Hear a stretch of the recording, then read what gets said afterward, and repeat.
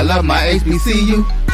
And boy, I love it, love it. I love it, love it. I love my HBCU. And man, I hope my team they won one. I hope my team they won one. Yeah, man. I hope my team they won one. I hope my team they won one.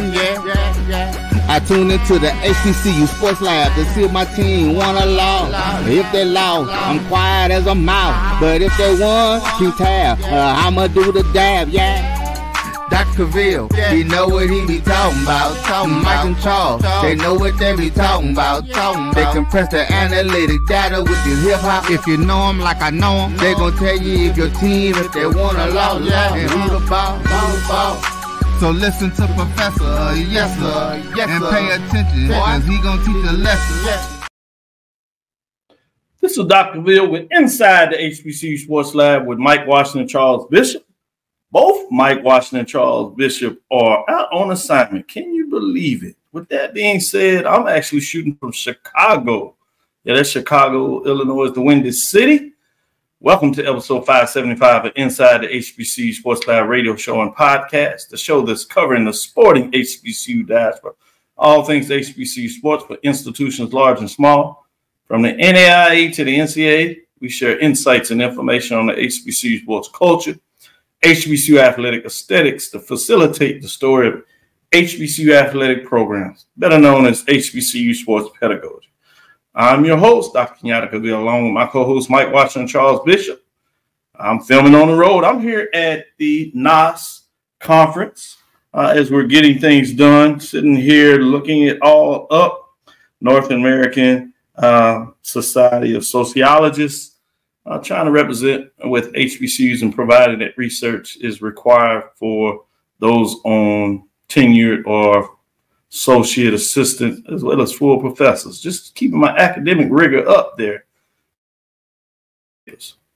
With that being said, let me join in my crew today, which is none other than Wilton Jackson II, A.D. Drew. I told you, A.D. is always in the house. Wilton is on good terms. He's speeding up and adding multiple layers to his tenure here.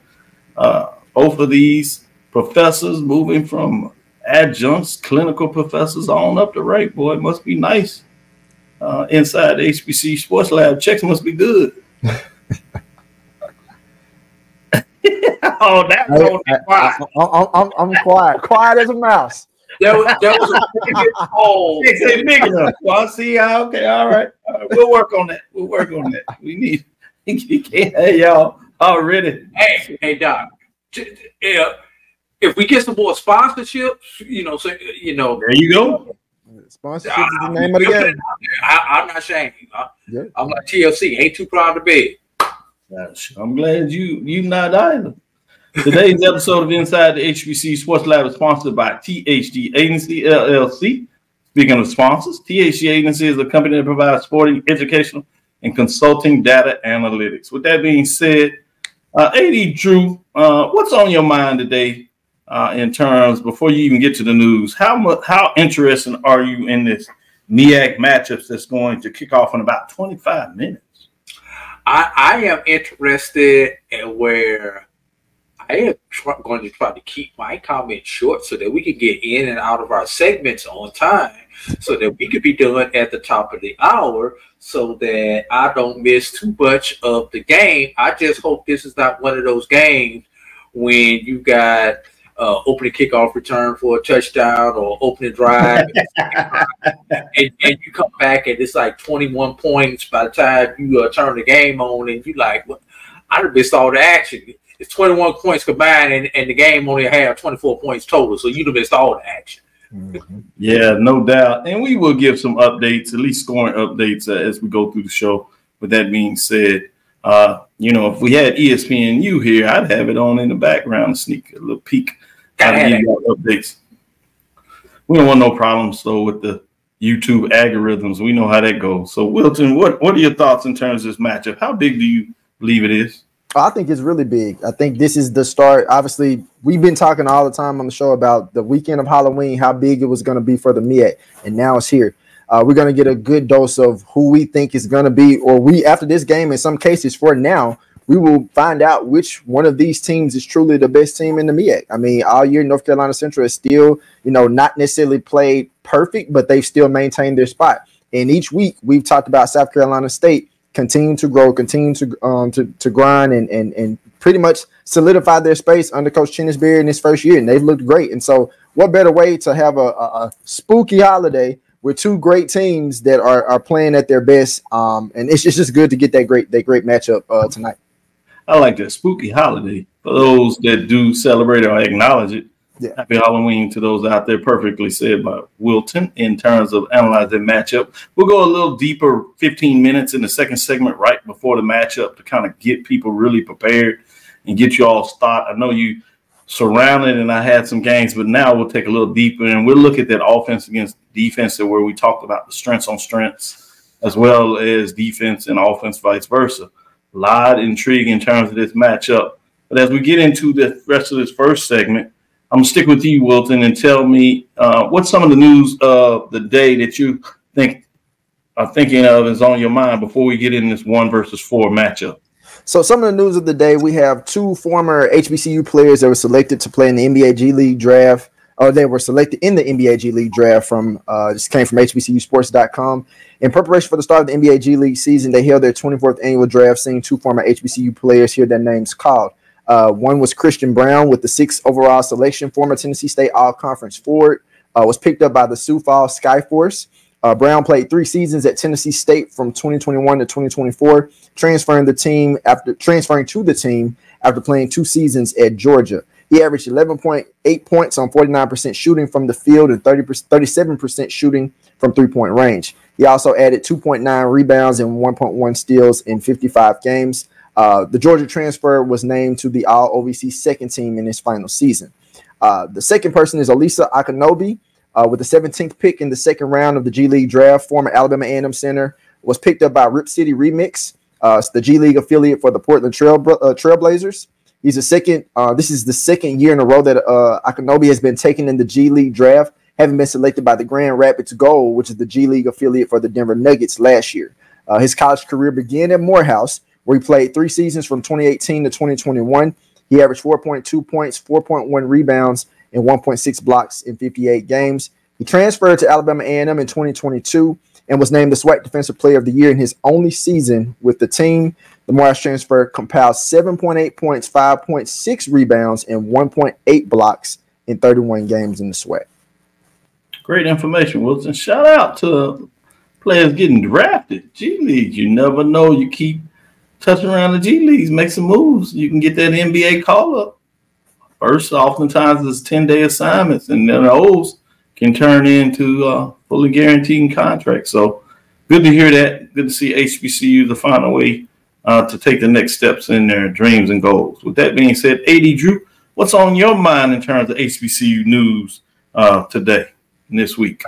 Sidebar, I am so glad you took that story, Will, because I did not want to tackle their second name. All right. Getting back to the feature at hand. And I'm going off script with this one, Doc, but this is something that I sent to you the other day. Doug, former head coach at Morehouse and Grambling State and longtime executive in the NFL, has been named to the American Football Coaches Association recipient of the 2024 Trailblazer Award. The award will be presented to Williams during the 2025 AFCA convention in Charlotte, North Carolina. The AFCA Trailblazer Award was created to honor leaders in football coaching profession who coached at historically black colleges and universities. And I'm not going to go down the name, but pretty much whoever's a who's who of HBCU coaches have received this award in the past. Williams rose to fame as a standout quarterback at Grambling State, played for the late, great Eddie Robinson. He threw for over 8,000 yards and 93 touchdowns, so led the Tigers to 2 Southwestern Athletic Conference championships and 3 Black College National Championships. In his senior year of 1977, Williams finished 4th in the Heisman Trophy voting. A first-round pick of the Tampa Bay Buccaneers in 1978, Williams led the Buccaneers to the first 3 playoff appearances and left as the franchise all-time leader in touchdown passes, passing yards, and attempts. And of course, we know about his career. He had a career in the USFL, came back to the NFL, Super Bowl with the Redskins, coaching career.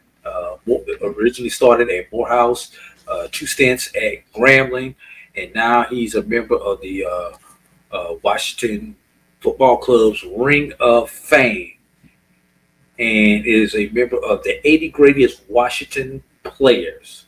So congratulations there to Doug Williams. And if you're in Charlotte in 2025, don't know the specific date, but go check him out receiving this award. That's an awesome honor as you start to move in the mix and things of that nature. So you continue to see these updates. Spartans named HBCU FCS National Team of the Week from MEACsports.com. Norfolk State football has been named HBCU Plus FCS National Team of the Week by Stats Perform. The organization announced on Monday the Spartans got back into the win column with an emphatic fashion on Saturday, taking down defending MEAC champions Howard 21-20, as you know by now, in front of a sold-out crowd at William Dick Price Stadium. Homecoming for the Spartans over there in Norfolk. After trailing by as much as 10 in the first half, Norfolk State rallied from behind, pull out the homecoming victory. Kevon King, I should say, scored the go-ahead touchdown in the fourth quarter before NSU's defense closed things out from their end. Redshirt junior Jalen White, who on Saturday became the first Norfolk State player since Marcus Taylor in 2017 and returned a kickoff for a touchdown, also received an honorable mention nod as Special Teams Player of the Week category out of the MEAC. Shout out to Blow over there. He picking on Winston-Salem State, but his Spartans turned the curve and got a kickback, got a win over Howard. I'm sure he's excited about that a little bit. But with that being said, Wilton, anything else you want to add in terms of news of the day that's kind of on your mind? So I was looking at this. Local university was placed on a fiscal watch and receiving assistance. This came from WDTN.com.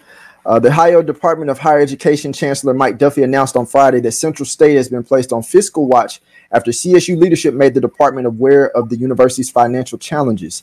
Duffy says the declaration will allow the university to receive assistance to adapt and position itself as a stronger, more competitive institution.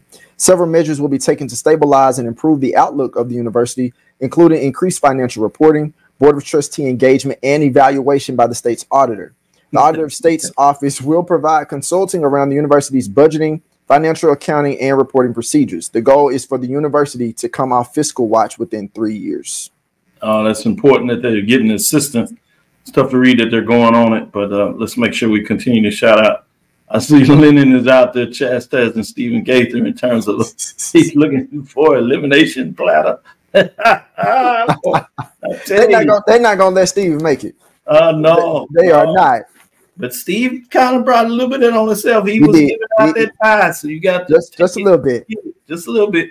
With that being said, let's take our first break, come back on the other side. We'll get into this matchup. Number 1 versus number 4. North Carolina Central Eagles travel down to Orangeburg to play South Carolina State Bulldogs. I had a plane ticket. I was going to leave Chicago this morning. Would have got down there and drove on up an hour out of Charleston. Got so busy and then had a change of plans based on the fact they want me on the panel at the last minute. Oh, man. Good information to talk HBCUs. I couldn't turn it down. So I canceled my flight, canceled my hotel, and decided I'd just watch it on TV, make sure we had space to do the show. I was going to do the show out there from the press box, but not to be this time, but I'll certainly be tuning in like all of us shortly. That being said, let's take our first break, come back on the other side and talk more about this matchup. If you think all pads are exactly the same, think again. This is Always Ultra Thins reinvented with the Always Triple Protection System. This pad wicks gushes 90% faster, absorbs even more so you can feel dry, and locks odors in. Rethink your pad for up to 100% leak-free and odor-free comfort with the totally reinvented Always Ultra Thins. This is always like never before. The CAVIL Group is a Florida-based marketing and training consulting firm. We help businesses communicate to their target audience and engage them in conversation. We also help to expand their audiences, which will ultimately result in growth for those organizations. In addition to being a certified constant contact specialist, my colleagues and I are also certified in John Maxwell Leadership Principles. We use these proven principles to conduct workshops, training, and private coaching sessions for individuals and companies looking to take things to the next level. Contact us to schedule a free consultation. Issues today, don't delay, call CAVIL. Nope. Nope. Come on, him? Ooh, I like him.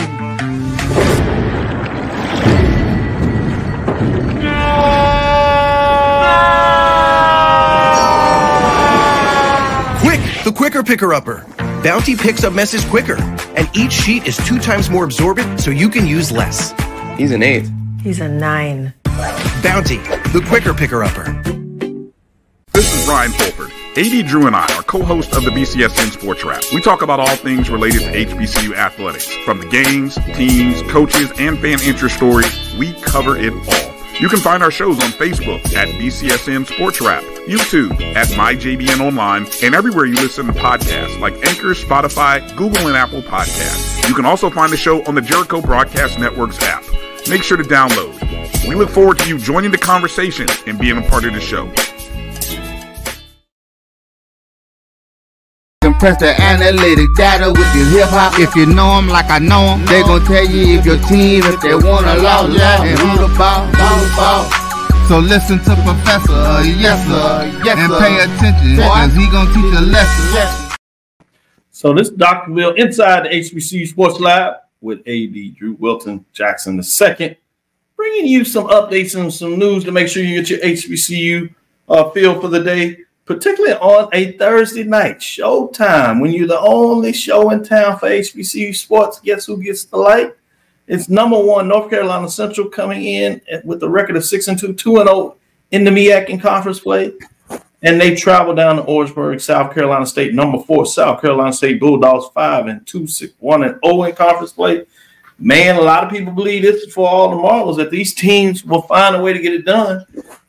And if you think about it, other than that loss, if you come after this, if you can find a way to win it out, you certainly trap it. Even though with one loss, you put yourself in pretty good position. It depends on who you lose to. So this game has great implications. With that being said, I'm going to start with you, Wilton. Talk a little bit about what you've seen North Carolina Central Eagles defense this year. What makes them so competitive, so dangerous?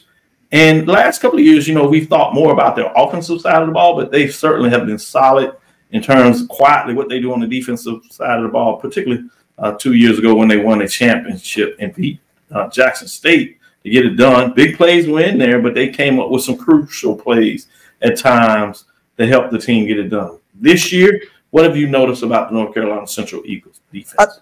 I think when you look at their defense, obviously it kind of embodies you think about a coach like Trey Oliver, who's tough-minded and things of that nature. Like, that's how I envision, or that's what I've seen from North Carolina Central's defense. When I say they're tough, doesn't necessarily mean they've been perfect on each possession in each game, because they've given up some big plays in different moments. But at the same time, I've also seen them, to your point of what you just mentioned, seen them make plays and make stops when they've needed to. When they've needed to stop the running game or stop opposing running backs, they've been able to do that. In terms of getting interceptions in the secondary, they've been able to do that. And so when you put those two together and you have a functioning offense, because here's the thing, you got to think, because their offense has been so good, their defense hasn't really had hadn't really had the need to be on the field so much, because the offense is constantly getting drives. I mean, you're talking about a North Carolina Central offense that's what, #1 and #2 in first downs per game. And I know they're in the top 3 or 4 in third down conversion percentage. So again, your defense is on the sideline getting rest for the next possession when they go back on the field. So of course they're going to have that energy to be able to get the opposing offense off of the field so that they can put their own offense back on the field. So I think you're just seeing a really aggressive North Carolina Central defense. And to be honest, this is what they'll need tonight. They'll need to get South Carolina State's offense. They're going to need to get Eric Phoenix off of the field so they can put the ball back in the hands of Walker Harris if they plan to win this game.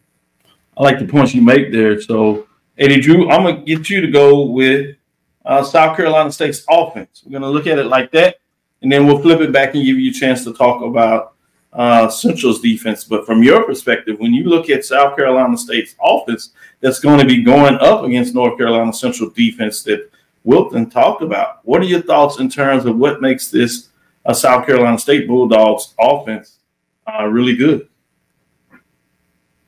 Offense is averaging 24 points per game. They're averaging I just lost my spot.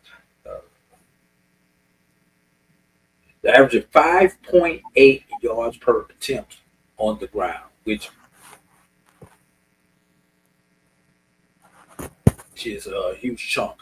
5.8 consistently do that. You know, that puts you in a second down situation where your entire playbook is available to you. Yep. I could stay conservative and continue to run the ball, or I could take a shot down the field, and even if I don't get it, I'm still in third and manageable. I'm at third and fourth. Yep. So, you know, which still allows me to open up the playbook, you know, with the run game. What hurts teams is when they get into 3rd and 7s, third and 8s, and things like that. So the other thing, South Carolina State, they have a quarterback who can make plays. Eric Phoenix, and I have witnesses on the Division II level more than I have on the Division I level, but it doesn't matter. You recognize talent. There's sometimes when talent, no matter what level it is, you recognize talent. Eric Phoenix can make the play both with his arm, because he can spin the ball, and with his feet. And he knows when to come out there with the ball. Plus, he's got that one little distinct advantage that people tend to overlook. He's a southpaw.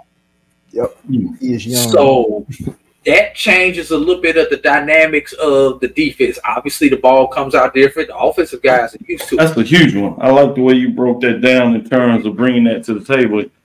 Yeah, when you start looking at those matchups like that. Yeah, the defensive guys, it's a little bit different seeing the ball come from a lefty versus a righty. Same thing if you play baseball, you batter against a right-hander 90% of the time.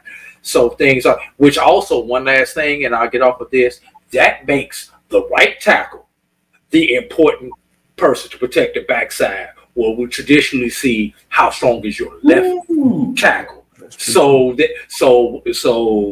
you know, which throws the defense off because your defensive line pretty much, you know, you try to go against that weaker tackle, which is that right tackle. But in this case, the right tackle is going to be the strength because he has to protect the quarterback's backside. Just a couple of little things to look at. Woo, great points made on both sides, but particularly when you look at it. But let me stick with you, Drew, since you gave that framework. Let's look at it now from the perspective where you talk about North Carolina Central's offense. What do you think from that perspective when you see their offense? How are you feeling about that from your perspective? Look, you got Jamari Taylor in the backfield. It's plain and simple. Yeah, you got to find 4. And know where number 4 is. But you also have a couple of other serviceable backs back there in Mosley and Rogers who can tote the rock also and give Taylor a break. And then passing the ball, got Walker Harris back there. Yeah, I might think Eric Phoenix is a little bit of a better quarterback per se. But it's not like Walker Harris is a punk back there either. He can handle his business back there. He can spin the ball, and we've seen him. This is not the Walker Harris who came off the bench for the last 2 years. This is a Walker Harris who has taken this opportunity to start and has made strides with it and has tremendously led his team to the point where the team is averaging 36.5 points per game. Dr. Cavil. 36.5 points. Yeah, we know that's skewed because Virginia Lynchburg was one of those opponents that they played. But it's not skewed when you consider that North Carolina A&T was one of the opponents they played, and they scored just as much against A&T as they did against Lynchburg. Right. So, you know, so just keep that in mind. And they've got a Division I in there also, and they still average 36.5 points per game. So, you know, this is a high-powered offense. We know South Carolina State is known for its defense. They're gonna have to come strong and come correct if they're gonna stop this. If they're gonna stop this offense. If this game is a shootout, Dr. Cavil, yeah, Eagles. Woo, good comments. Great points. Great point. Wilton, let's switch it around. Now it's time to talk a little bit about that Bulldog offense. You know, you gave us some information about that. What are your thoughts in terms of South Carolina State and what they're going to bring offensively? So I like everything Drew said, but the one space for me that he didn't mention that I think I've probably looked at a little bit more is that, and we talk about this all the time in football, games are won in the trenches. South Carolina State's offensive line has been strong for them in being able to allow Phoenix to do what he's been able to do in terms of sitting in the pocket, making passes, or to Drew's point, allowing Phoenix to get out along the edges and still scramble and make plays with his legs. But more than anything, that offensive line has allowed them to allow Phoenix to pass the ball. They've allowed those running backs to run the ball in DeAndre Duhart and KZ Adams. And when you look at the stats, like if you look at like South Carolina State's rush offense, it'll say that they are at the bottom of the MEAC. It's only 6 teams though, but they're still averaging 135.4 yards per game. And I'm thinking to myself, that's at the bottom. And North Carolina Central sits at number 1 with 181.5. That's only about a 50 yards difference. So if I'm South Carolina State, if I'm having success running the ball tonight, that's a really, really, really good thing, considering the fact North Carolina Central is giving up almost 158 yards per game on the ground. So it's possible for them to still be able to run the ball. And honestly, if South Carolina, to me, this is just my thoughts. Yes. If South Carolina State is able to run the ball and Eric Phoenix is also able to have a good game, even if it is a shootout, I think South Carolina State wins this game. Somebody's not going to be able to run the ball consistently. Ooh, I like that point. That's good. Well, talk a little bit about that defense, and then I'm going to come back to you to close it out in terms of your final thought. But, Wilton, give me a little bit about South Carolina State's defense. So they have a linebacker. I remember talking to Coach Beard. I can't think of his name right off the top right now, but they have a linebacker that's pretty much the center of their defense. And you know, a lot of NFL scouts have been looking up to him or looking at him and watching his play. Again, this is when I was talking to Coach Beard. This was before even the season started. But their defense is aggressive as well. They always make up timely plays. They're also good in particular in like getting teams off of the field on third downs. So that's something to think about. Again, when you're going up against another dynamic offense, when like to Drew's point when he talked about Walker Harris, like Walker Harris is no scrub by no means. And so being able to get them off the field on third downs is going to be very important for South Carolina State to continue to thrive and potentially win this game. Good stuff. AD Drew, what final piece did you want to add in there? And I wonder if anything that has to do with special teams as well. You can give some thoughts on that. Well, I wasn't going to touch on special teams, but I was going to go back to Wilton's point as far as South Carolina State being last in the BAC in rushing at 135 yards per game. Let's translate this to the SWAC. That's 6th in the SWAC. Yep. Wow. In rushing. Yep. Last place team in the BAC is the median in the SWAC. Yep. Ooh, interesting. One other thing, you talk about Phoenix, you talk about that offensive line. The one thing you have to keep in mind when Eric Phoenix gets off schedule, something that he does that I love, and I think he does a little bit better than Walker Harris. Eric Phoenix keeps his eyes downfield. He's not scrambling to pick up yards, although he can. Right. Because he will stop short of that line and chuck it to that open receiver down there. So those D-backs, when Phoenix gets off schedule, it gets out of the pocket, they still have to cover their man until he breaks their line of scrimmage. Then they can come and make that tackle, which allows Phoenix to get an extra 2-3 yards when he gets off schedule. So that's just something else to keep an eye on with when you talk about this quarterback comparison. Good stuff. We're right up against it. The game is about to kick off. With that, let me get your final thoughts, Wilton, in terms of special teams. Which direction you going in special teams? Are you leaning one over the other, or you think it's equal? I think it's pretty equal in terms of special teams. I think that unless this game comes down to a shootout and it comes down to a field goal, like I said, I haven't looked enough in terms of which field goal kicker is the best. I know AD Drew might have a better knowledge of that, but I think that this game is going to come down to, more than anything, who's going to be able to stop somebody's run on a key drive. I feel like it's going to come down to somebody getting a stop on defense to win this game, or scoring a touchdown. But I really feel like it's going to be on defense. Good stuff. And this game is flexed to ESPN2. With that, we'll take our next break. We'll come back on the other side, talk a little bit more about some of the other HBCU games.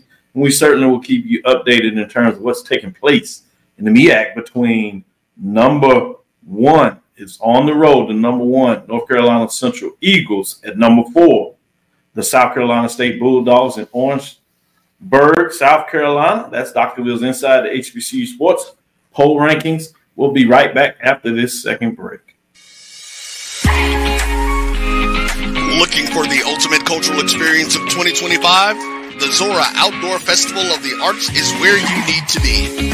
From January 31st to February 2nd, Eatonville, Florida will come alive with incredible live performances from the Lavert Experience and Sunshine Anderson. Immerse yourself in interactive art. Take a journey through history with a new virtual tour app that brings Eatonville's legacy to life from your phone. Enjoy family-friendly STEM activities and explore over 80 unique vendors. Please don't miss the unforgettable R&B tribute to the legends. This is more than a festival. It's a celebration of Eatonville's rich cultural heritage. Visit zorafestival.org for tickets or to become a vendor. We'll see you in Eatonville, the oldest Black incorporated municipality in the country. Compress the analytic data with your hip-hop. If you know them like I know them, they gon' tell you if your team, if they want a lot, and who the ball. So listen to Professor, yes sir, and pay attention, cause he gon' teach a lesson. This is Dr. Will's Inside the HBCU Sports Lab. We focused quite a bit on Tuesday on the mid-major games of the week, but let's get a little more into some of these major games of the week. You have one that features the number 5 Hampton Pirates that are taking on Villanova. Pirates coming in overall at 5-3, 2-2 in conference play. They take on Villanova Wildcats that are 6-2, 3-1. Pretty tough matchup, but the Hampton Pirates been playing some pretty good football. Certainly at home, they play even better, and they have the Wildcats on their home turf. So I'm interested in your thoughts. Is this a game that you think Hampton can find a way to pull out? And if so, what do they have to do? Let me start with you first, Wilton, in terms of your thoughts in regards to the Hampton Pirates as they take on those pesky Wildcats of Villanova. So when I look at this game, obviously the game is played on the field. I won't necessarily put it past them that they will get the win. I'm not sure if they will get this win, but I will say this, though. If they're able to get this win, I think it looks good on their schedule of teams that they would have wins against. Because Hampton has came out and, you know, even in games where I thought that I probably put them at a loss, they found a way to win those games. So with it, you know, with this being another big game against Villanova, like you said, pesky was a great word to describe Villanova. And I think that if they are able to get a win against Villanova, I think this will be huge for them. AD Drew, I want to get your thoughts on this matchup as well. You know, Wildcats, Pirates, this Colonial Athletic Association. I know they changed their name to the Coastal Athletic, CIAA, CAA, I should say. Pirates are playing really well. Can they be the first team, you know, in terms of the woes that the Aggies had, that can kind of start to find a way to get some momentum in the CAA? Is this the game that allows the Pirates to say, hey, we have arrived and we figured out this a bit, or are they going to continue to have to kind of wait and struggle a little bit? I think Hampton's going down the right path. Hampton needs to have let this be a ball game in the fourth quarter. But even that concerns me because there are 2 games this season that Hampton has not been able to close out. Hampton realistically could be the 5-3 right now. They could realistically be 7-1 if they would have closed out those other 2 games. So great point. We see the potential, but your record is what your record is. Yep. So Hampton, can you close this game out if in the 4th quarter you are within 1 score? That's what we need to be looking out for in this particular ball game. AD, I like the fact that you mentioned, like, for those that may not know, the teams that they lost to: Morgan State 28-30. They lost to Rhode Island in double overtime. Those are 2 games that they could not close out. Exactly. That puts them at 7-1, and a 7-1 Hampton. We are seriously having a debate on whether an outside a team from the Independents could be declared national champion. Yeah. But since your record is what your record is, we can put that debate on the shelf for right now. Right. Well, there might be another team out there. Since you talk about that, I'm gonna skip to this game since you brought up that debate question. Let's look at currently number 3, which is Tennessee State Tigers. That sit at 6-2, 3-1. They've won most of the games you thought they should have won. They did take on, a highly ranked, number 1 ranked now after a big win over South Carolina State, and that was North Dakota State team. But this is a conference matchup. So it's against UT Martin Skyhawks that are 5-3, 3-1.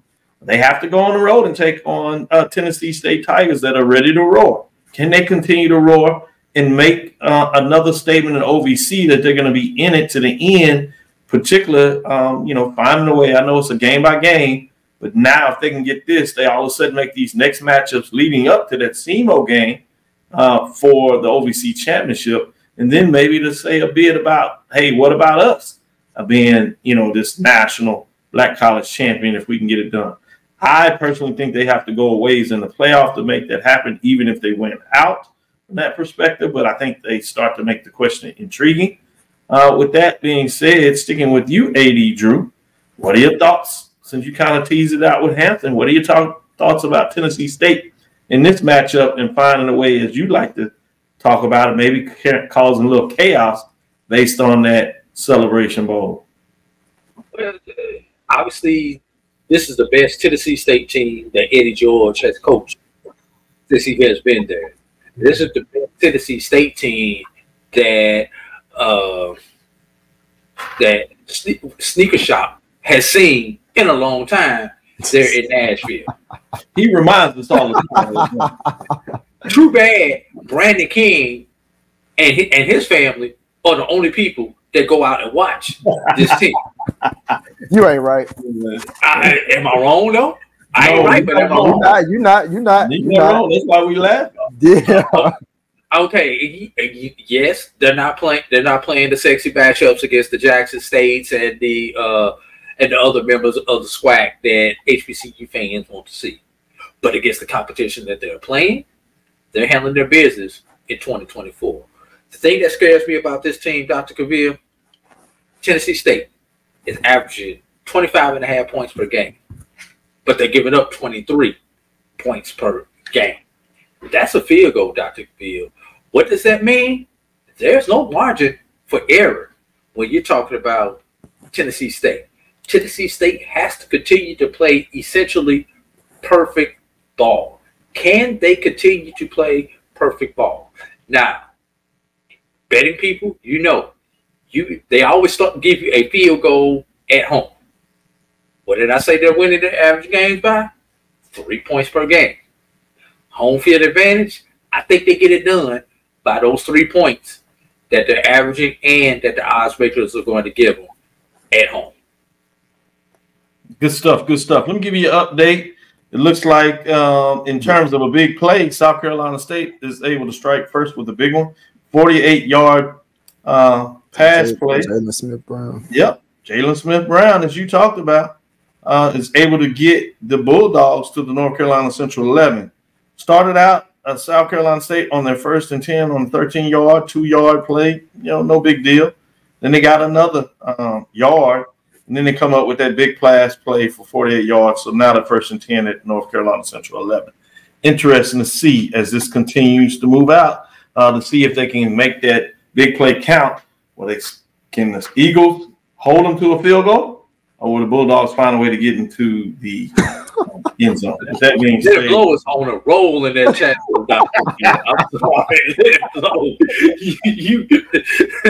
Oh my God! I don't think he's worried about any of this thing. He's trying to find Stephen Gaither. Gaither put a fork in Norfolk State. He's like, oh my gosh! Hey, take that over to HBCU game day. Take that over to game day, man. For real. With that being said, let's go to see if we can get a couple of other top 10 matchups as we give you updates in terms of what's taking place in that South Carolina State, North Carolina Central game. In terms of that, that's pretty much all your big matchups. We do have one in Mobile, Jackson State Tigers 6-2, 4-4. Sorry, that is in Memorial Stadium, Jackson State. That's Arkansas Pine Bluff homecoming game. Yep. Pine Bluff is looking a little better, but it isn't enough. They've been able to play Jackson State tough over the years, but this seems like to be a little different Jackson State team. But the Pine Bluffs are different as well. But they come in at 3-5. That is a Louisville record, but they're 2-2 in conference play. They're at number 2, Jackson State, the Tigers, 6-2, 4-0, controlling the Eastern Division and controlling the SWAC. For that, high ranked at number 2. They get a chance to play in a conference matchup. AD Drew, what are your thoughts in terms of this matchup between the Golden Lions and the Tigers of Jackson State? If the Golden Lions can find some offense, that same offense they found against, I believe, what was it, Alabama A&M about 3-4 weeks ago? Yeah, they would have a chance. It's tough for me to picture UAPB going into the vet and being able to pull off this. If this was in Arkansas, I would give them a puncher's chance. I can't realistically see this in the vet, though, Dr. Cavil. But, you know, the game shall be played. Anytime you step out there on the gridiron, you never know. That's right. Exactly right.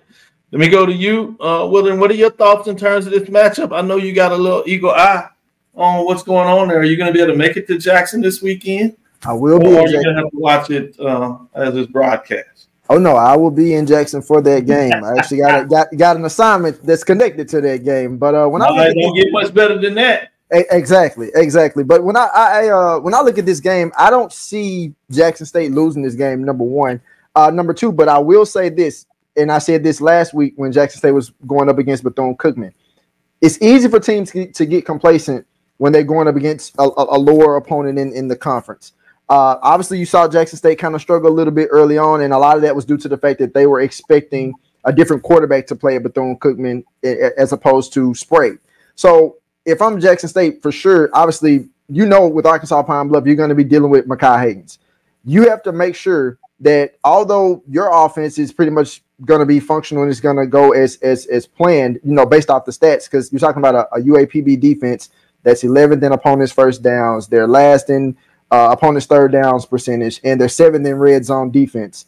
So I don't see Jackson State having a problem scoring and functioning well on offense. But again, I have seen Jackson State at times struggle to deal with quarterbacks that can be consistent at times. So if this is a Mekhi Higgins who we saw have moments where he's consistent with one of his wide receivers, i.e. that Prairie View game and one of the other games that AD Drew was just mentioning, you don't exactly the A&M game. You don't want to let him get comfortable in their pocket and or continue to extend plays with his legs as well. So I think that Jackson State, to win this game, they need to come out fast, play strong, and play for 4 quarters. I mean, it's just as simple as that. And as far as Arkansas Pine Bluff, you can only hope that either, you know, the guys from Jackson State are hungover from homecoming because it's their homecoming.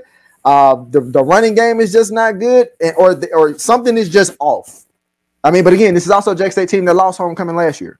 So, you know, I can assure you, Coach Taylor and those players know that, and they're going to probably come out with a strong energy to get this win against Arkansas Pine Bluff. Before we take our next break, let me set this up. Big play. It was 2nd and goal at the 2-yard line. The Bulldogs ran off tackle to the left. They got stopped as it was actually on the 1. They got stopped at the 2. They had a 3rd and go at the 2. Yep. They ran off the guard this time. Big play by North Carolina Central to stop them right at the goal line. So before we go through this break, we'll see what Chennisberry, the Bulldogs, decide to do. It looks like they're lining up to go for it. Nope, they go ahead and bring out the field goal. It is early in the game. It makes sense. They're at home, and they're playing some traditional ball here. They go for the field goal. And did they slide it in? Yes, it just slid in. From this angle on the TV, it looked like it might have slid outside, but obviously they're there on the field looking up at the goalpost, and it sneaks in. But I'd have to say, after a big pass play, South Carolina State strikes first. They get on the board.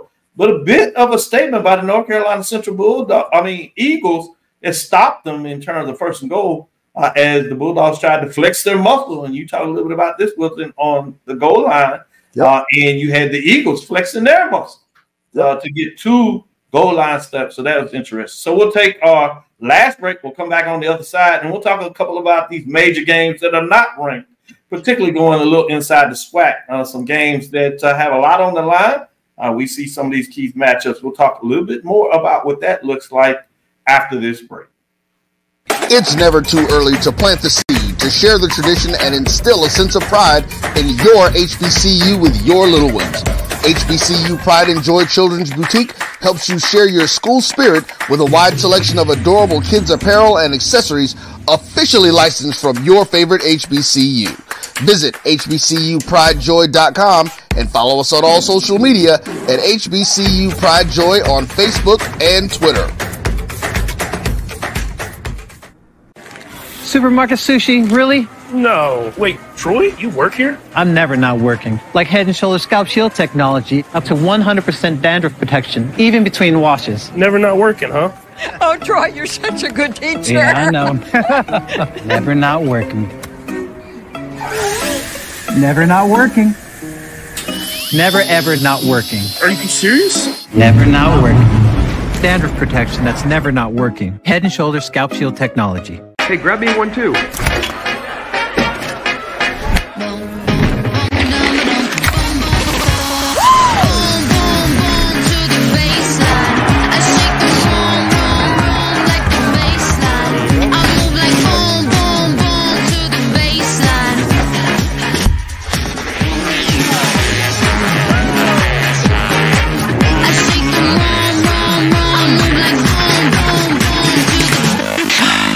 Charmin Ultra Soft has so much cushiony softness, it's hard for your family to remember they can use less. Sweet pillows of softness. This is soft. Holy Charmin. Oh, excuse me. Roll it back, everybody. Sorry. Charmin Ultra Soft is so cushiony soft, you'll want more, but it's so absorbent, you can use less, so it's always worth it. Now, what did we learn about using less? You gotta roll it back, everybody. We all go. Why not enjoy the go with Charmin? This is the Dean of the College of HBCU Sports, Kenyatta Cavil of Dr. Cavil's Inside the HBCU Sports Lab with Mike Washington and Charles Bishop. Come mix it up in the lab where the course lecture is in session every Tuesday from 6 o'clock p.m. Central Standard Time on Facebook Live, YouTube Spreaker, or the BCSN app.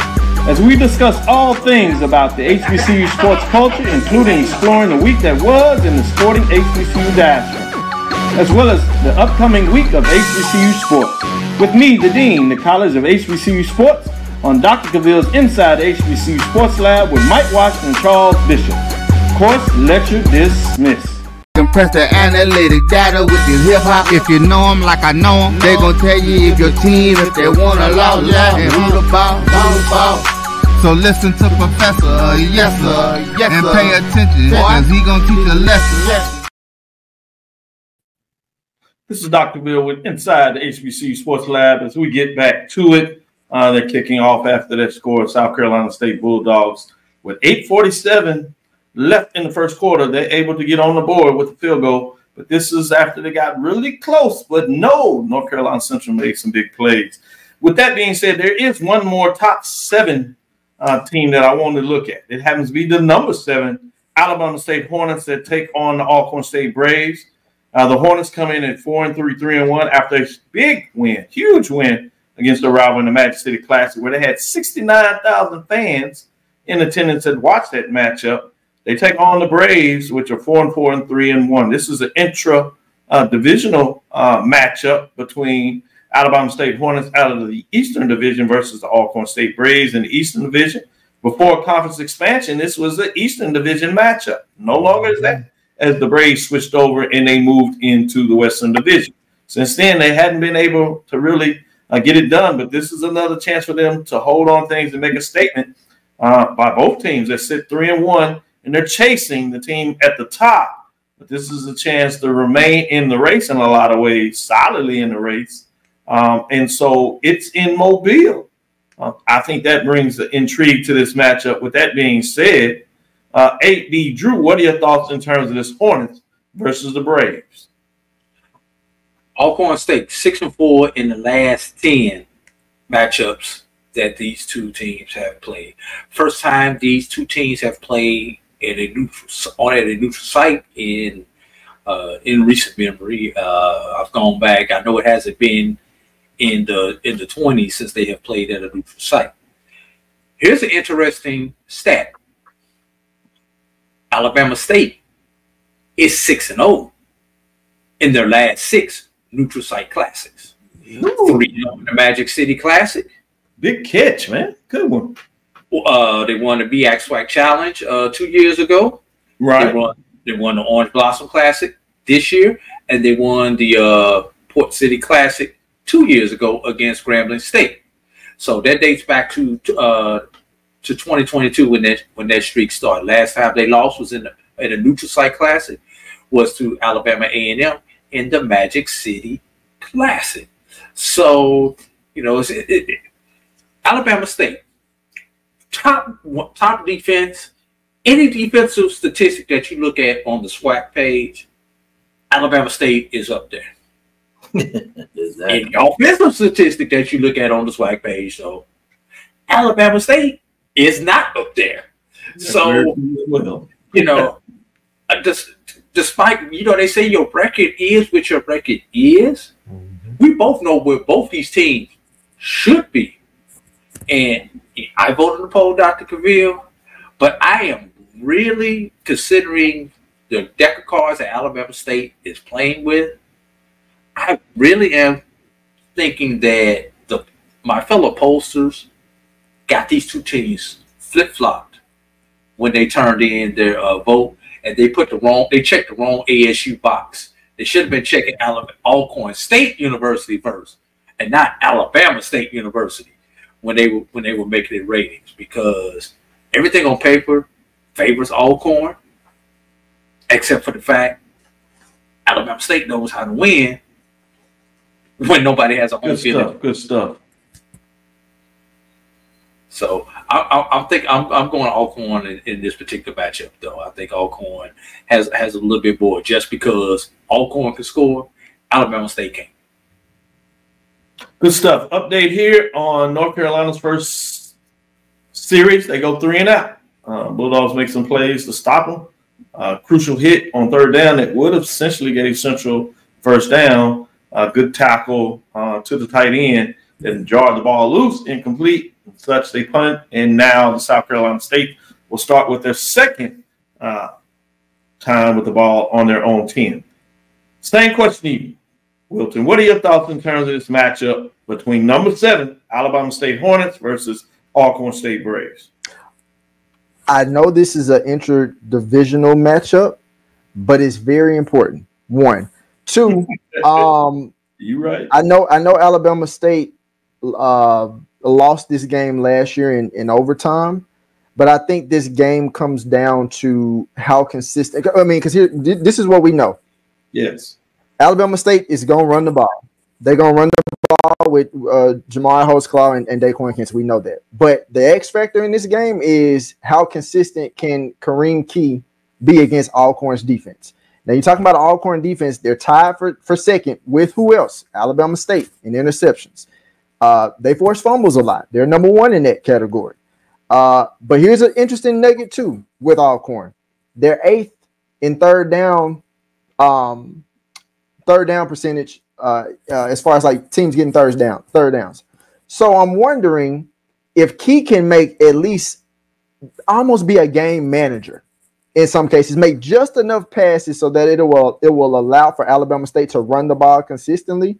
I mean, because Alcorn, so I'm looking at the numbers. Alcorn right now, 6th in total defense, 8th in rush defense, 4th against the pass. So it kind of dissuades Key to not pass the ball per se, but obviously they can't just run the ball every single time because, I mean, essentially, if that's the case, we'll get what we saw against FAMU, and that's why they struggled.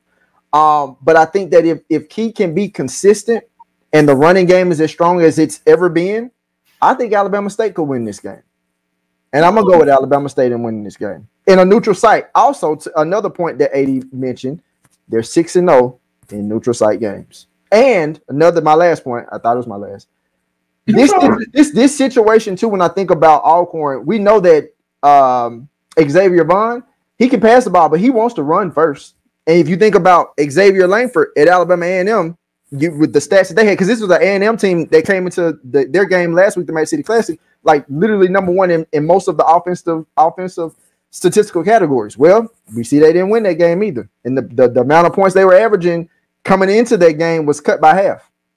So if Alabama State's defense can get to Xavier Vaughn and slowing them down, Alabama State wins this game. Can I retort that quickly? Yes. If Alcorn State follows the script and runs the ball their doggone self, Alcorn State wins this game because you're talking about two of the top rushing teams rushing the ball. Right. Why did Alcorn State lose to Southern? They went off script and decided to make Xavier Vaughn try to be Peyton Manning out there. That's true. That is not what he does. But here's the thing: manager who can run the ball, make a few plays. If he's throwing the ball more than 15 yards down the field, and you're Alcorn State, you in trouble. Yeah. But here's the thing: do we know if Alcorn is going to be able to run the ball like that against Alabama State's defense? Now, if this was anybody else in the SWAC per se, I would say, okay, yeah, they'll be able to run the ball. But Alabama State's defense, you gonna take that gamble? It's to me, it's not about the yards, Wilton. It's about the attempts in this particular game for both teams. Okay. For both teams, it's about the attempts because both these teams need to shorten the game and control the clock in order to win. Because both of them have good defense, but I don't care how good your defense. What does your defense need? They need rest on the sideline. They do. It's about the attempts more than the yardage. Attempts equals TOP. That's time of possession. Not absolutely. About it. For sure. So, man, I like that. Great analysis. I think you have to follow up. Y'all went into it. Let me give you another one that's in the top six. This one features a red hot Texas Southern team that a lot of folks forgot about. They're just outside of the top 10. Essentially, they'd be 11 if you wanted to give that ranking to them. But they take on FAMU. That's ranked number 6. It's Tallahassee. I will have the opportunity to go this game. I'm going to leave out of Chicago, and I'm going to head to Tallahassee. I'll get back to Houston. I charter with the team, and I'll get into Tallahassee tomorrow afternoon. I look forward to seeing this matchup against FAMU Rallies that come in at 4-3 and 2-1 against this red-hot Texas Southern team that is 2-2. But you think about how close they are to be 3-1 in terms of the game that most people thought they should have beaten Southern. Obviously, that was not to be, and it is what it is. But with that being said, what are your thoughts in terms of this matchup? I'm going to stick with you, Wilton, and then allow AD to give his thoughts in terms of this matchup. So with Texas Southern, the last game that I was physically at watching them, you and I, Dr. Cavil, we were there together when they played Jackson State. Yeah. And Jackson State obviously ultimately ended up making that game, a blowout after it was close at one point. But the biggest thing that Texas Southern was missing, obviously, was the quarterback. And, now they've gotten back to Jace Wilson as quarterback. So it's like I'm interested to see in a pivotal matchup for Texas Southern if they're able to make this a game and or win this game. That would really, although again another intra-divisional matchup, I think it would give them a bigger boost and put more eyes on them as opposed to like some people may have forgot about Texas Southern from when they first got that win against Prairie View in the beginning of the season. Because after that first win, we were like, oh, Texas Southern is back. Texas Southern is this. They're going to do this. And then, of course, the disappointing, last-second loss to Southern. I think it starts with if Jace Wilson can be consistent for Texas Southern. I think that Texas Southern on defense, obviously, you're going to have to deal with Daniel Richardson and not allowing him to be mobile in most cases to extend plays. But I'm going to be honest with you, Dr. Cavil, and you, Eddie Drew, and I know he has a connection to FAMU. It's hard winning at Bragg Memorial Stadium. Right. And it's just like and Coach Dishman is a great coach.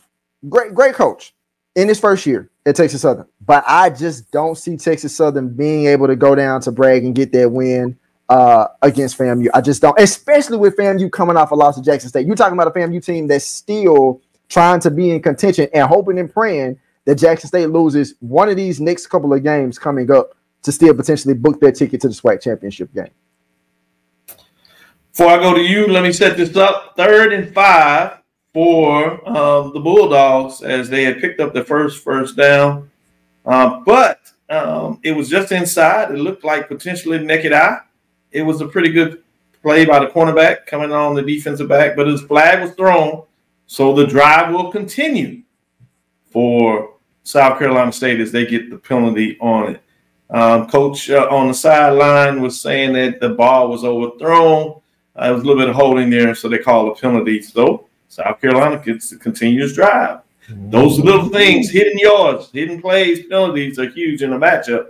With that being said, let me go to A.D. Drew to talk about his thoughts again on Texas Southern going to play Florida A&M Rapids. Homecoming. Dr. Cavil, since FAMU and Bethune-Cookman have joined the SWAC, and Texas Southern made their trip to Tallahassee. No, I believe this is the first one because the last 2 rounds it was Prairie View that made it last year, and this year FAMU is coming to Prairie View. So last year FAMU went to Texas Southern, and you're absolutely right. First time going up there. I have seen the Tigers play FAMU in Tallahassee.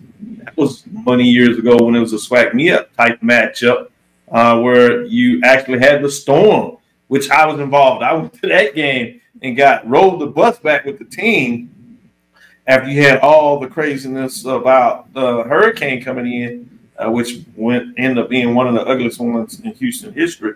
And I remember coming back and we couldn't get home. Granger and I, we literally were in the office as they were flooding the streets as we came back and made it to Houston, but was stuck there for 2 days before we got home. Wild story. I'll never forget it. And there's a reason why I asked that question, Dr. Cavil. Yes. You know. Great question. Obviously, everybody knows I'm at Morehouse now. And they told me last week for homecoming, you will experience something that you have never experienced before. And they were correct. Mm-hmm. Dr. Cavil, I am telling all of those Texas Southern Tigers that when they descend upon the highest of 7 hills this Saturday for homecoming, you will experience something you have never experienced before. This will not be the game that street ends. Not on homecoming. Mm-hmm. Not with 25,000 fans inside, right? And just as many fans outside. Yeah. And if that don't get you, Dr. Cavil, the food off of Perry Street will get you going, because get there early. One thing, Dr. Cavil, the only question that I have in this game, will FAMU finally score a rushing touchdown, as they have not scored one this year, and Texas Southern has given up 13. You're right. Great point. This might be the game that they get that streak, that they can break that streak. Can that be the homecoming present? I hope not, but I think it's a great point. You're right. This will be the type of game they will. With that being said, I'll be there. I'm interested. Another game that doesn't feature, teams ranked in the top 7. You do have a team right out of that with Southern that's in the mix when you talk about ranking of Southern, basically at number 8. They have a huge matchup in terms of what they get done when they take on Alabama A&M. Southern had that tough loss, first loss conference-wise against FAMU. Talking about traveling to Tallahassee, Southern Jaguars just did it, and they understood that lesson too. That the Rattlers just don't seem to lose, no matter what conference they in, no matter if it's non-conference, conference game, whatever. They just don't like to lose and brag, and they had a snake bite and biting folks in their brag getting it done. But again, it's interesting when Southern now has to travel to Huntsville, Alabama, taking about Alabama A&M Bulldogs. Both of these teams coming off losses, with A&M Bulldogs losing in the Magic City Classic. So one of these teams gets a chance to rebound. Who can put their last loss out of their misery in terms of my thoughts on this? And we're going to close after this one, as we will be ending the first quarter, and I'm kind of allowing that to play out before we close out the show. But I thought this was an important game in terms of a key matchup, and wanted to get your thoughts on that. So I'm going to go to you, AD Drew, get your thoughts first, and then come to you, Wilton, in terms of this Southern on the road. The Jaguars take on the Bulldogs. Question is Alabama State going to mail it in for the rest of the season? They're pretty much out of contention in the East, looking up at Jackson State, Florida A&M, and Alabama State. So are they going to mail it in? If they mail it in, obviously advantage Southern, because Southern still, even with the loss, they still control the West right now, as of today, because they have the wins against Alcorn and Grambling. Will that pressure of still being in control of the West catch up with Southern, especially on the road? That's what you're going to have to look at. This game is not going to come down to X's and O's. It's going to come down to execution up here. This particular matchup. Who's going to have the mental fortitude to handle this game as South Carolina State goes up 10-0? Yep, going to give you an update. An 8-yard touchdown pass is what gave the Bulldogs a second touchdown. That key play was the penalty, but they've been able to run pretty consistently, mixing in some nice pass plays to get it done. You all talked about this matchup, and it's coming to fruit. And it looks like the Bulldogs are being a little more effective on their offensive line, being able to control it, particularly with their ability to run. We'll see on this next drive, can the Eagles find a way to get back in it? But they're down early, down 10-0, as you said, with 1:40 left in the first quarter. I'm going to get your thoughts on this, Wilton, and then we'll basically call it a show in terms of this match. Well, I'm gonna keep it simple. And to AD's point, I definitely agree that it goes beyond X's and O's. But I think when you talk about it being up here, I agree with that. But even more, just to add to that, Connor Maynard is coming off of a loss in the Magic City Classic for the third time. For the third time. Exactly. So with that, being that this game is in Huntsville, with all the noise about, hey, he might be out after this season, he might be trying to, whatever schemes he got to get up here or get it together, he'll want to do that for this game, to win this game. I don't know what it's going to necessarily look like all the way. But again, if you're Alabama A&M and you're talking about Southern, you're going to have to be able to stop the run. Kendrick Grimes, Kobe Dillon, whichever, the quarterbacks, Noah Biden, T-Set. But more than anything with Southern, it's about stopping the run. That's what you're going to have to do. Is this a resume game for Connor Maynard, Will? It is. It is. I feel like the noise only gets louder if he loses this game. I thought it was interesting during the press conference on Monday. I go back and listen to him because of my Dean role being on the road. I hadn't been able to be on the call, but you all have been representing well, getting on the call, particularly Charles Bishop handling it and getting it done, and then we have Snicker Top getting it done in terms of Brandon representing for Brandon King doing some plays. So I'm very interested in that in terms of what that looks like in terms of the call. But he talked about the fact that while many people don't see it, if he was able to win out, he'd go 8-3.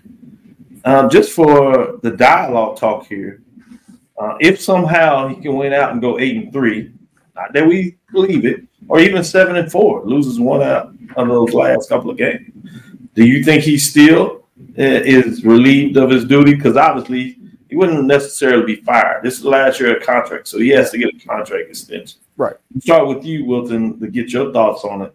If he goes 8-3, 7-4, does he keep his job? Well, let's take a look at who they have left on the schedule. Southern on Saturday, Arkansas Pine Bluff. Let's say they get a win there. Grambling on a short week. After that, Arkansas Pine Bluff. Personally, right now, I might get that is at home. Okay. It's at home. So that's a possibility they can get that win at home.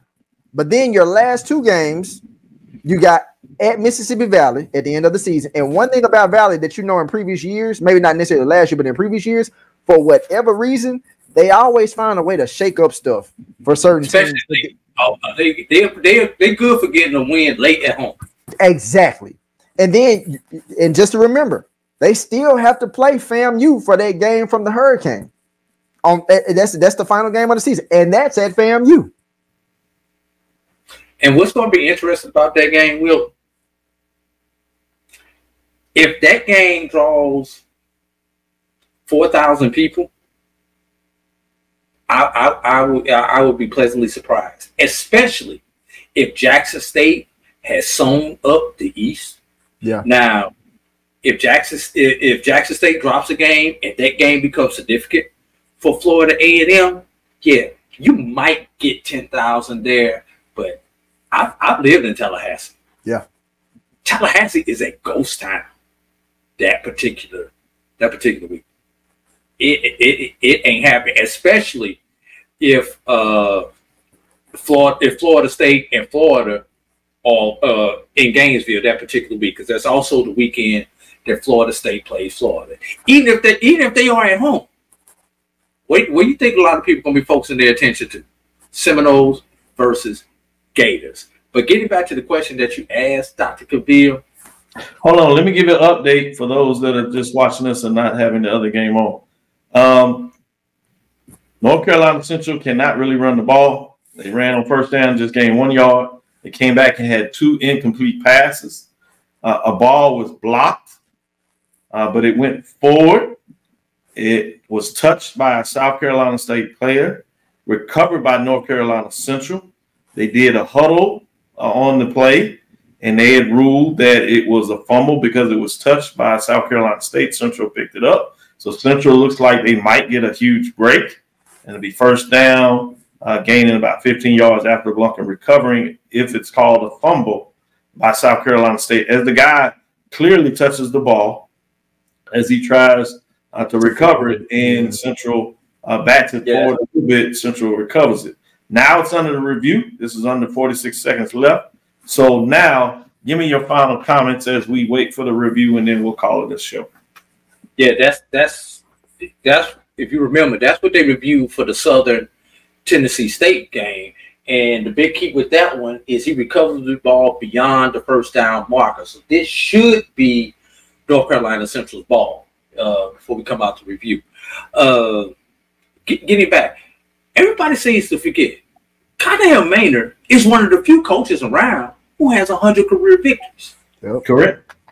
Connell Maynard has been a head coach since 2014 at 3 institutions without a gap. Longest tenure coach in the SWAC right now. Longest tenure coach, period, if you consider all of his stops consecutive. Yeah.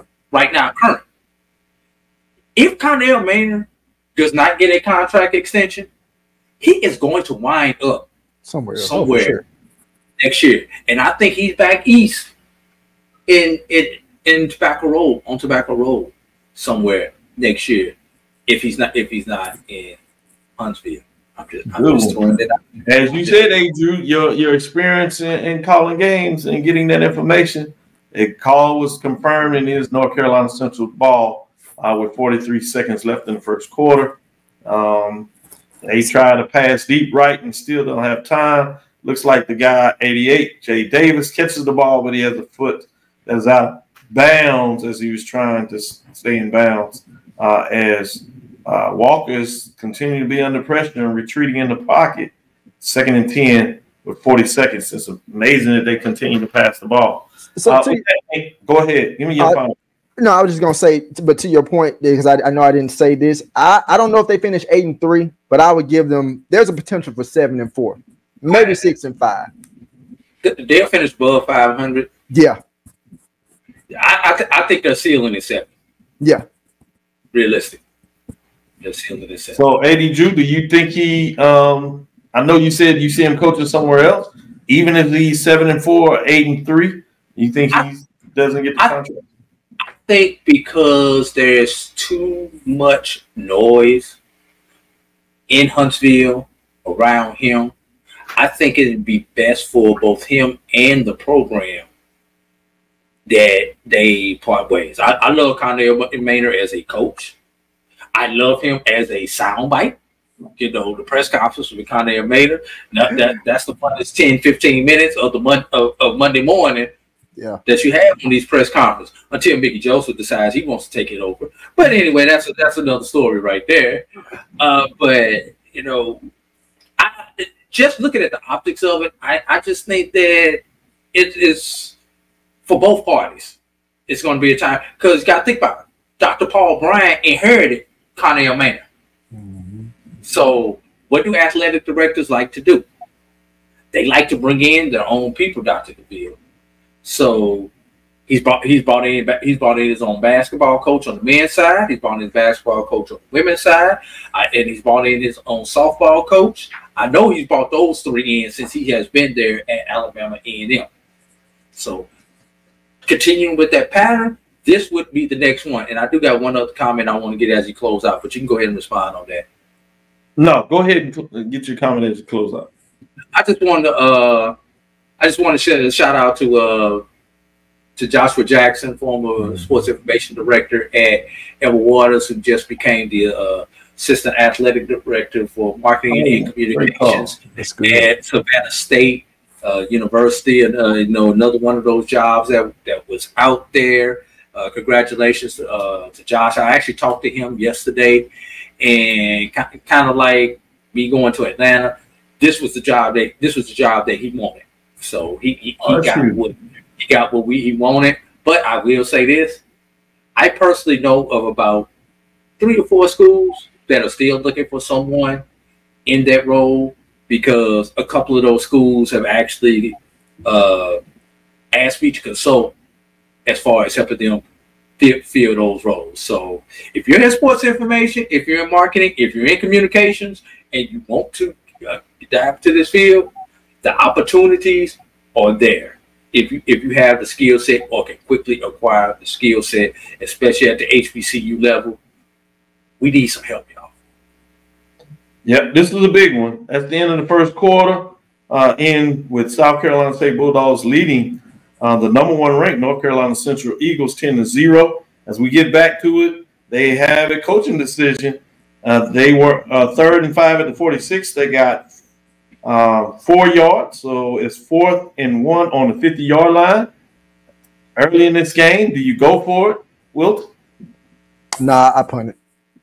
AD Drew, you go for it or punt it? I'm down 10-0. I'm gambling. I have not been able to slow down South Carolina State. This will be interesting. Well, we'll get to see what he does when he comes back, but we'll be off the air. I am Dr. Kenyatta Cavil, the Dean of HBCU Sports, coming from inside the HBCU Sports, founder for HBCU Sports with Mike Washington and Charles Bishop. Staying in today was none other than Wilton Jackson II and AD Drew. I want to thank them for making sure we got the show and giving you information, particularly on such a big Thursday with obviously the game of the week. Some people would say the game of the week. At this point, certainly the game of the MEAC. With that being said, again, we want to thank you for listening to Dr. Mills inside the HBCU Sports Lab every Tuesday and Thursday at 6 o'clock. Standard time Sunday at 9. Based on the itinerary and flight, I'll give you an update whether I'm able to join on the show. But regardless, we'll try to give you a show on Sunday. I may be out of pocket, but we'll see what that looks like. Heck, we might have Wilton Jackson II leading. Let him lead off with his first edition of hosting the game on Sunday. We'll see if we can talk to him if he don't get too much trouble down there in Jackson. We may have to do the deal. We'll see what that looks like. But with that being said, follow me, Dr. Kenyatta Cavil, on Twitter. I call it Twitter because I can. It's Twitter, Facebook, and Instagram at DrKenyattaCavil. Inside the HBCU Sports Lab 1, that is on Twitter, Facebook, and YouTube. Is Inside the HBCU Sports Lab. Just want to continue to do it. I'm here in Chicago at NAS, North American Society of Sports Sociologists. See if my friend will come pick me up, show me a little bit of Chicago before I have to get out of here in the morning. With that being, they decided to go for it, and then they jumped off sides. As they might have been faking. We'll see about that on Monday. We'll see, did he have the intention to go for it, or was he seeing if he played for it? They got it done. Actually, they call it offensive movement, so it's 4th and 6. Okay. A huge call. With that being said, dream big, continue to move forward. I thought we'd be off 80, Drew, but it looks like we snuck it in. We will talk with you soon. Wilton? Of course. 80? Lecture. Professors are in the building. Dismissed. Top light, everybody.